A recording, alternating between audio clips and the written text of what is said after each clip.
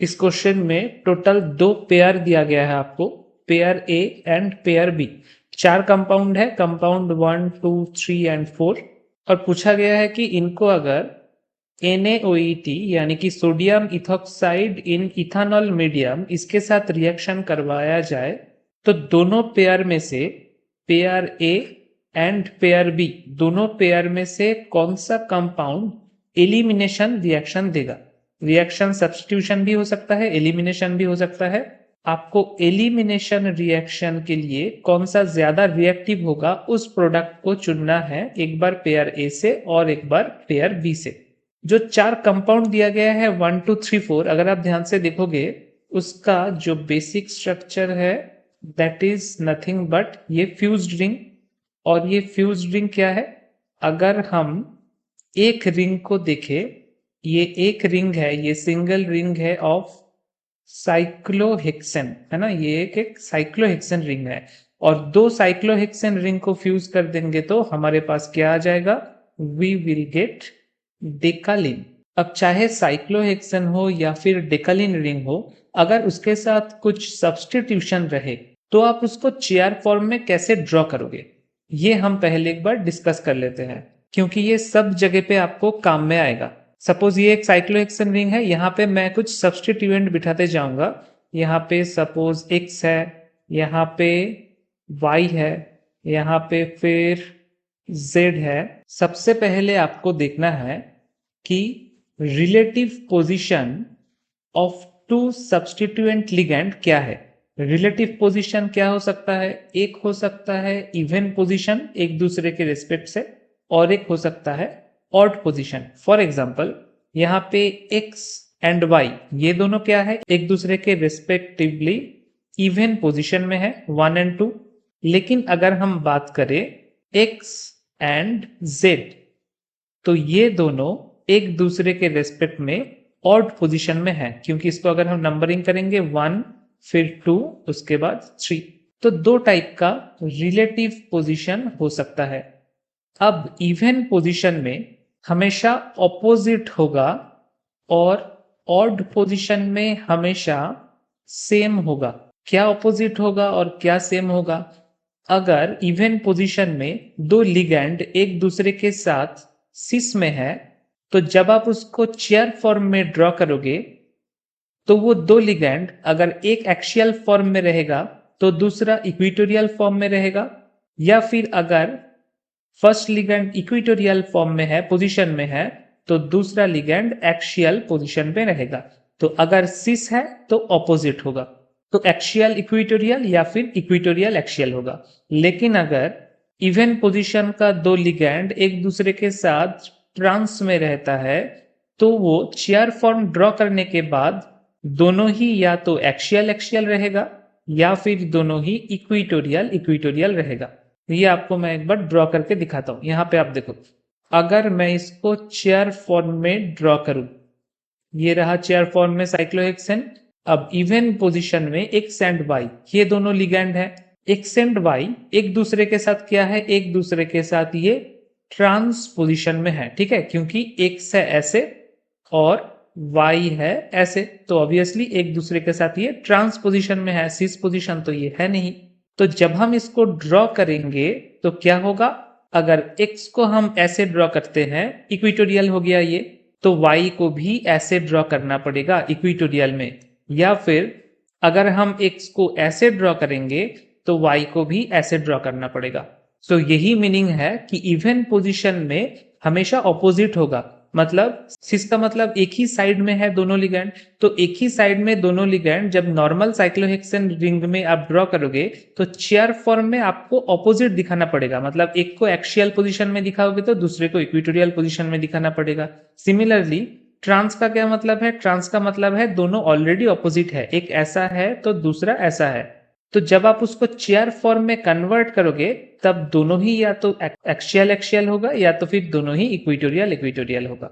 और odd position के लिए क्या है, यहाँ पे ये जो एक्स वाई मैंने लिखा है, एक एक्स वाई को मैं इरेज कर देता हूं और एक एक्स वाई को मैं रहने देता हूं। अब आप यहाँ पे देखो, रिलेटिव पोजीशन में अगर आपके पास 2 लिगेंड ऑड पोजीशन में है तो आफ्टर चेयर फॉर्म में आप उसको जब ड्रॉ करोगे तो वो सेम रहेगा। सपोज यहाँ पे मैंने अभी दिखाया था, ये जो दो लिगेंड है एक्स एंड जेड, ये रहा जेड और ये रहा एक्स, ये दोनों एक दूसरे के साथ ऑड पोजीशन में है। तो ऑड पोजीशन का रूल ये है कि अगर सिस है दोनों, तो आफ्टर ड्राइंग इन चेयर फॉर्म वो एक्शियल एक्शियल या फिर इक्विटोरियल इक्विटोरियल रहेगा, मतलब सेम का सेम रहेगा। तो चेयर फॉर्म में ड्रॉ करने के बाद भी वो एक्शियल एक्शियल या तो फिर इक्विटोरियल इक्विटोरियल रहेगा। और अगर वो ट्रांसफॉर्म में है तो चेयर में ड्रॉ करने के बाद वो एक्शियल इक्विटोरियल होगा या फिर इक्विटोरियल एक्शियल होगा। ये है आपका रूल। अब यहाँ पे आप कैसे उसको इम्प्लाई करोगे, एक्स और जेड ये दोनों लिगेंड के लिए। एक्स तो आपने ड्रॉ कर लिया था, यहाँ पे आप देखो ये जो एक्स है इसको आपने ड्रॉ कर लिया था एक्स लिगेंड को। उसके थर्ड पोजीशन में है जेड, है ना, वाई को क्रॉस करके थर्ड पोजीशन में जेड है। अब एक्चुअल मॉलिक्यूल में, एक्चुअल साइक्लोहेक्सेन में एक्स है ऐसे और जेड है ऐसे। तो एक्स और जेड एक दूसरे के साथ रिलेटिवली ऑड पोजीशन में है और साथ में ये दोनों एक दूसरे के साथ ट्रांस पोजीशन में भी है। मैंने क्या कहा था, according to the rule odd position में हमेशा सेम होगा, साइक्लोहेक्सेन एंड चेयर में सेम होगा। अगर ट्रांस में है तो यहाँ पे भी एक्शियल इक्विटोरियल या फिर इक्विटोरियल एक्शियल होगा। तो उसी को आप ड्रॉ करो। ऑलरेडी आपने एक्स ड्रॉ कर लिया था और एक्स था इक्विटोरियल में, है ना, ये जो एक्स आपने ड्रॉ किया था ये है इक्विटोरियल पोजीशन में। तो इसके थर्ड पोजीशन में जब जेड को आप ड्रॉ करोगे तो वो कैसा होगा, वो होगा इस एक्शियल फॉर्म में, ठीक है। तो फर्स्ट मॉलिक्यूल को आप ऐसे ड्रॉ कर सकते हो। सेकेंड मॉलिक्यूल को देखो आप कैसे ड्रॉ करोगे। ये है आपका सेकेंड मॉलिक्यूल, इसको साइक्लोहेक्सेन चेयर फॉर्म में ऐसे पहले लिखो, फिर एक्स, एक्स को सपोज हम एक्शियल में रखते हैं। अब एक्स के साथ वाई जो है, एक्स एंड वाई ये दोनों एक दूसरे के साथ इवन पोजीशन में है, ठीक है। एक्स एंड वाई है यहाँ पे इवन पोजीशन में, इवन पोजीशन में दोनों ही है सिस में। तो यहाँ पे क्या होगा, चेयर में ऑपोजिट होगा। तो x अगर एक्शियल हमने लिख दिया है, ये x हो गया हमारे एक्शियल पोजीशन में, y ऑब्वियसली हमारा होगा फिर इक्विटोरियल पोजीशन में, ठीक है। थर्ड क्या रहा, थर्ड है हमारे पास z। z भी x के रेस्पेक्ट पे हम हमेशा एक पर्टिकुलर लिगेंड के रेस्पेक्ट में बाकियों को ड्रॉ करेंगे। x के रेस्पेक्ट में z है ऑड पोजीशन में और दोनों ही ऑड पोजीशन और सिस इसमें है। तो यहाँ पे भी सेम होगा, मतलब सिस का मतलब यहाँ पे भी एक्शियल एक्शियल या फिर इक्विटोरियल इक्विटोरियल होगा। अब देखिए एक्स ऑलरेडी हमने एक्शियल ड्रॉ कर लिया है, तो इसके थर्ड पोजीशन में जब हम जेड को ड्रॉ करेंगे ये भी क्या होगा, ये भी एक्शियल होगा। इसको हम चेंज नहीं कर पाएंगे। एक्स का जो भी पोजीशन है, एक्शियल है तो एक्शियल, इक्विटोरियल है तो इक्विटोरियल हमें ड्रॉ करना है। So this is second structure. अब आते हैं हम थर्ड स्ट्रक्चर में। थर्ड स्ट्रक्चर का जो साइक्लोहेक्सेन है इसको पहले आप ऐसे ड्रॉ कर लो। अब x को, सबसे पहले x को कहीं पे भी आप रख दो। सपोज x को हमने इक्विटोरियल में रख दिया, ठीक है, x को इक्विटोरियल में रख दिया। y कहाँ पे है, in the actual picture cyclohexane y है x के रेस्पेक्ट में इवन पोजीशन में और दोनों ही है सिस, एक दूसरे के रेस्पेक्ट में x एंड y दोनों ही क्या है, दोनों ही सिस है। तो इवन पोजीशन में क्या हो जाता है, ऑपोजिट हो जाता है। मतलब यहाँ पे अगर सिस है तो यहाँ पे उल्टा हो जाएगा, एक्शियल इक्विटोरियल या फिर इक्विटोरियल एक्शियल। तो x हमने ड्रॉ कर लिया इक्विटोरियल पोजीशन में, तो y को हमें ड्रॉ करना होगा एक्शियल पोजीशन में। Now moving on to the third ligand that is z। z है हमारा थर्ड लिगेंड, ये है ऑड पोजीशन में और x के रेस्पेक्ट में ये है ट्रांस पोजीशन में। x एंड z ये दोनों एक दूसरे के रेस्पेक्ट में ट्रांसपोजिशन एंड ऑड पोजीशन में है। ऑड में क्या होता है, हमेशा सिमिलर होता है, ट्रांस मतलब ऑपोजिट। तो चेयर फॉर्म में भी वही होगा, एक्शियल इक्विटोरियल या फिर इक्विटोरियल एक्शियल। ऑलरेडी हमने x को ड्रॉ कर लिया है इक्विटोरियल पोजीशन में, तो थर्ड पोजीशन में z को हम ड्रॉ करेंगे ऐसे, z will be in axial position. तो ये है लिगेंड को ड्रॉ करने का तरीका इन साइक्लोहेक्सेन। बट अगर आपके पास साइक्लोहेक्सेन के जगह डेकालिन रहता तो आप क्या करते। डेकालिन तो पहली बात यह है कि इसको या तो आप सिस डेकालिन या तो आप ट्रांस डेकालिन इस फॉर्म में लिख सकते हो। सिस डेकालिन कैसा होगा, सिस डेकालिन आप तभी बोलोगे जब ये जो फ्यूज्ड दो रिंग है उसके बीच का यहाँ पे कुछ नहीं है, मतलब क्या है, हाइड्रोजन है, तो दोनों हाइड्रोजन अगर एक तरफ रहे है ना, दोनों हाइड्रोजन अगर इस टाइप का रहे तब आप उसको बोलोगे सिस डेकालिन। और ये क्या होता है, दिस इज अनस्टेबल। और जो ट्रांस डेकालिन है, ट्रांस डेकालिन आप कैसे पहचानोगे, एक हाइड्रोजन यहाँ पे एक लिगेंड रहेगा ऊपर और एक यहाँ पे लिगेंड रहेगा नीचे, या फिर वाइसी वर्सा, ये होता है स्टेबल। और यहीं से और एक क्वेश्चन आता है एमसीक्यू में कि कौन सा वाला डेकालिन, ट्रांस डेकालिन एंड सिस डेकालिन में से कौन सा वाला decalin is capable to flip. Flipping के लिए जो अनस्टेबल है वही एग्री करेगा, क्योंकि वो ऑलरेडी अनस्टेबल है, तो उसको एक फॉर्म से दूसरे फॉर्म में फ्लिप करने के लिए कोई प्रॉब्लम नहीं है। So this can flip and trans decalin can not flip, क्योंकि ये ऑलरेडी सबसे स्टेबल पोजीशन में है, तो ये फ्लिप करके क्या करेगा। सिस डेकालिन को अगर आप ड्रॉ करना चाहो तो आप ऐसे ड्रॉ कर सकते हो, दिस इज सिस डेकालिन, यहाँ पे एक हाइड्रोजन है सिस पोजीशन में और एक हाइड्रोजन यहाँ पे है, और ये फ्लिप करके कौन से फॉर्म में कन्वर्ट होगा, वो कन्वर्ट होगा इस फॉर्म में जहां पे सेकेंड रिंग रहेगा कुछ इस तरीके से। This is the cis decalin, यहाँ पे ये है एक हाइड्रोजन, ये है another hydrogen. So this is cis decalin, जिससे हमें कोई लेना देना नहीं है इस क्वेश्चन में, हमें है इंटरेस्ट ट्रांस डेकालिन पे। ठीक है, ट्रांस डेकालिन को चेयर फॉर्म में ड्रॉ करना बहुत ही आसान है, इसको बस आपको दो चेयर फॉर्म को फ्यूज करके दिखाना है, नथिंग मोर देन दैट। और जो दो हाइड्रोजन है ट्रांस पोजीशन में वो रहेगा फ्यूज्ड पोजीशन के कार्बन के ऊपर ऐसे। अब अभी अभी हमने लिगेंड का पोजीशन देखा था कि साइक्लोहेक्सेन रिंग में कैसे लिगेंड को हम चेयर फॉर्म में कन्वर्ट करके लिखते हैं। यहां पे भी सपोज आपके पास अगर स्ट्रक्चर ऐसा दिया हुआ है, आपके पास ये डायरेक्ट स्ट्रक्चर नहीं दिया हुआ रहेगा, ये आपको ड्रॉ करना पड़ेगा। आपके पास कुछ इस तरीके से स्ट्रक्चर रहेगा कि यहाँ पे हाइड्रोजन है, इसके ट्रांसपोजिशन में और एक हाइड्रोजन है, यहाँ पे मान लीजिए एक OH है, यहाँ पे एक ब्रोमीन है और यहाँ पे एक मिथाइल ग्रुप है। अब आप देखो आपके पास तीन लिगैंड आ गया है ना, OH आ गया, ब्रोमीन आ गया, मिथाइल आ गया। अब इसको चेयर फॉर्म में आप कैसे लिखोगे, इक्वेटोरियल एंड एक्सियल पोजीशन आप कैसे डिटरमाइन करोगे।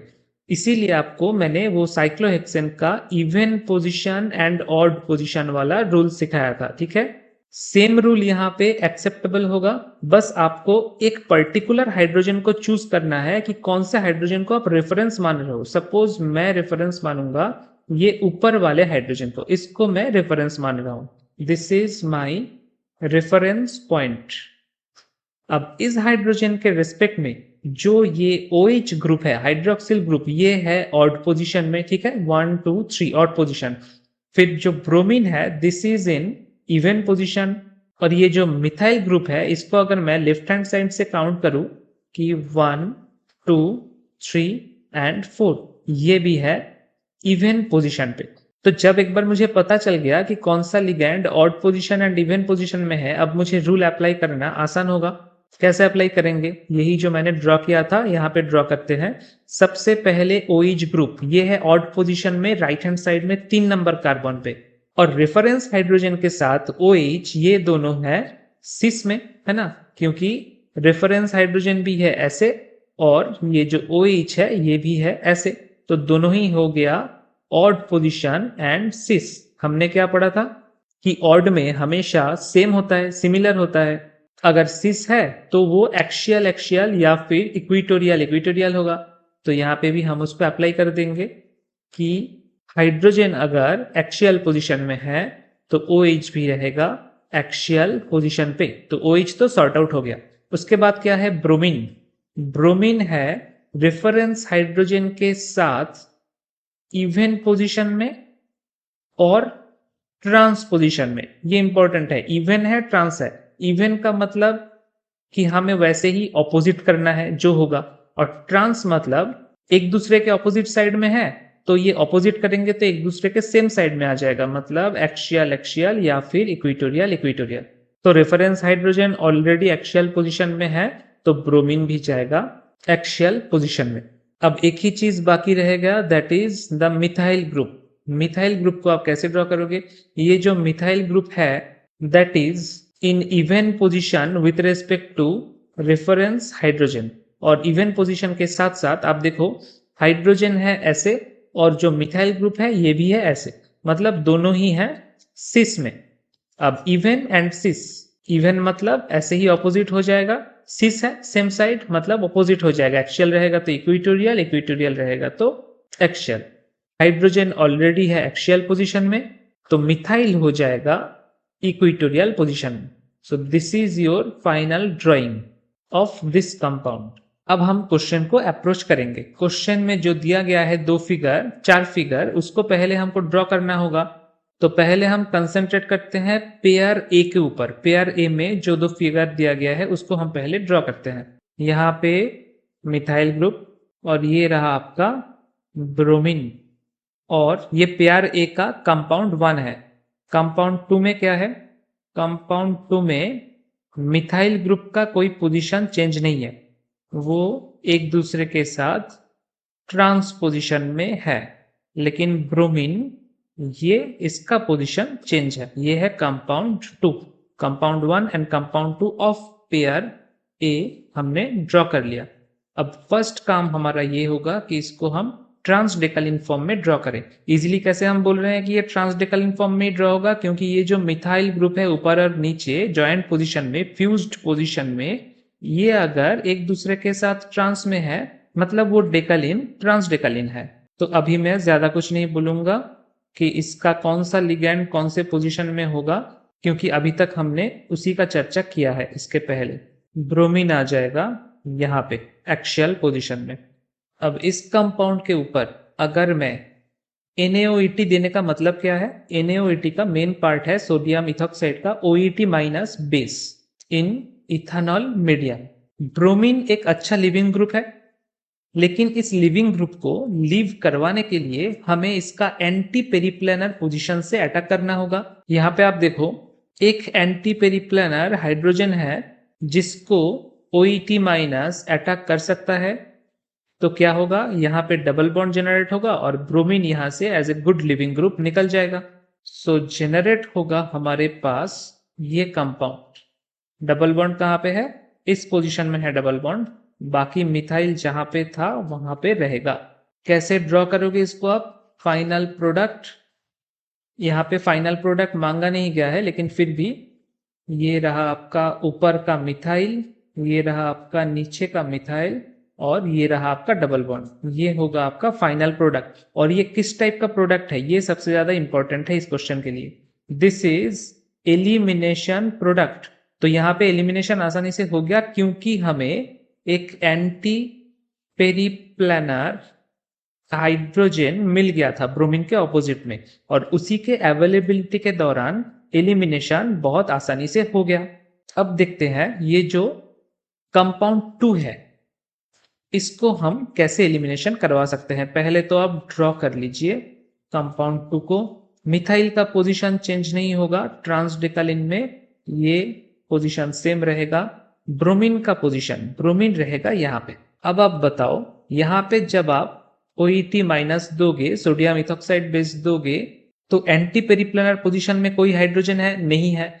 तो OET माइनस क्या करेगा? It will directly attack to this position and bromine यहां से निकल जाएगा। अब ध्यान से आप देखो, पहले ब्रोमीन किस पोजीशन में था? मैं पहले बाकी का एक बार ड्रॉ कर लेता हूं। मिथाइल यहाँ पे है, मिथाइल यहाँ पे है। पहले ब्रोमीन था यहाँ पे इक्वेटोरियल पोजीशन में, लेकिन अब ऊपर से आ गया है OET और ब्रोमीन निकल गया है। तो क्या होगा? ब्रोमीन चला जाएगा और एक्सियल पोजीशन में OET हमारे पास आ जाएगा। सो फाइनली जब इसको हम ड्रॉ करेंगे तो OET को हमें एक्सियल पोजीशन पे दिखाना होगा। यहाँ पे मिथाइल रहेगा, यहाँ पे भी मिथाइल रहेगा, लेकिन OET रहेगा यहाँ पे इन एक्सियल पोजीशन, जो कि डिफरेंट है देन दिस ब्रोमीन। ये था इक्वेटोरियल पोजीशन में, ठीक है। ये रहा हमारा final product, but this is substitution product, क्योंकि एंटी पेरिप्लेनर हाइड्रोजन के अनअवेलेबिलिटी के वजह से हम यहाँ पे एलिमिनेशन नहीं कर पाए, हमने ब्रोमीन को सब्स्टिट्यूट किया बाय OET ग्रुप। तो पार्ट ए में क्या हो गया? ये जो दो कंपाउंड था उनमें से कंपाउंड 1 एलिमिनेशन हमको दिया, कंपाउंड 2 एलिमिनेशन हमको नहीं दिया, ठीक है। तो पार्ट ए में सक्सेसफुल कौन रहा? पार्ट ए में विनर है कंपाउंड 1। अब हम चलेंगे पार्ट बी में। ये है first compound, compound 1 of pair B. यहाँ पे है हाइड्रोजन, यहाँ पे ट्रांस में है हाइड्रोजन और यहाँ पे है ब्रोमीन। और जो कंपाउंड 2 है दैट इज लाइक दिस।